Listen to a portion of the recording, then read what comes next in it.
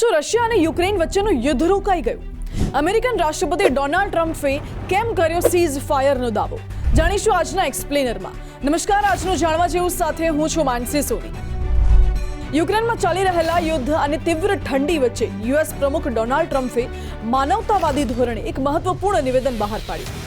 ગુરુવારે white house ખાતે કેબિનેટની બેઠક યોજાઈ હતી, જેમાં રાષ્ટ્રપતિ ટ્રમ્પે જણાવ્યું હતું કે તેમણે વ્યક્તિગત રીતે રાષ્ટ્રપતિ પુતિનને વિનંતી કરી હતી કે તેઓ તીવ્ર ઠંડીના સમયગાળા દરમિયાન કીવ અને અન્ય શહેરો નગરો પર હુમલા એક અઠવાડિયા માટે મુલતવી રાખી દે। ટ્રમ્પનું આ નિવેદન એવા સમયે આવ્યું છે કે જ્યારે રશિયા સતત યુક્રેનિયન વીજ સ્થાપનો અને અન્ય મહત્વપૂર્ણ માળખાગત સુવિધાઓ પર સતત હુમલાઓ કરી રહ્યું છે। હાલ તો યુક્રેનમાં ભારે બરફવર્ષા થઈ રહી છે અને વીજળી ગુલ થવાના કારણે ન હીટર ચાલે છે, ન લાઇટ્સ ચાલે છે, લોકોને પારાવાર મુશ્કેલી પડી રહી છે। ટ્રમ્પે દાવો કર્યો હતો કે રાષ્ટ્રપતિ પુતિન તેમની વિનંતી સાથે સંમત થયા છે, જોકે રશિયા તરફથી કોઈ સત્તાવાર પુષ્ટિ કરવામાં નથી આવી।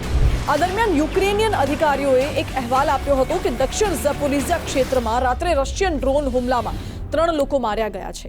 આ હુમલામાં એક એપાર્ટમેન્ટ બિલ્ડિંગને ભારે નુકસાન થયું હતું અને તેમાં આગ પણ લાગી ગઈ હતી।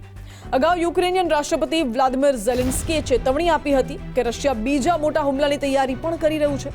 તેમણે જણાવ્યું હતું કે યુક્રેનિયન ગુપ્તચર એજન્સીઓના અહેવાલો સૂચવે છે કે રશિયા મોટા પાયે હવાઈ હુમલા માટે શસ્ત્રો અને સંસાધનો એકત્રિત કરી રહ્યું છે।